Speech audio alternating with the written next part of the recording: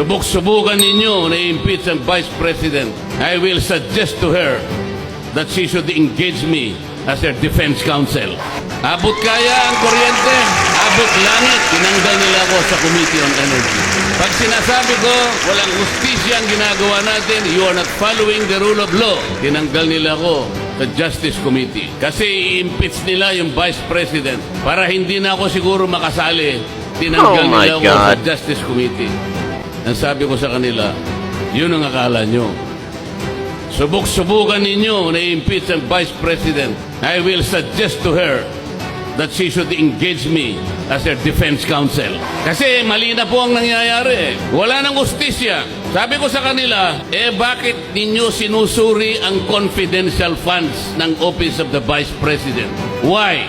If you are honest in trying to enact a particular law, kasi po, inquiry in aid of legislation. There are more than 400 offices and agencies of government, beneficiaries of confidential funds. They were also notified by the COA. Meron silang audit observation memo.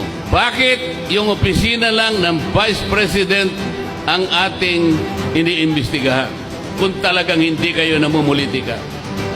400 offices ayaw niyong imbestigahan.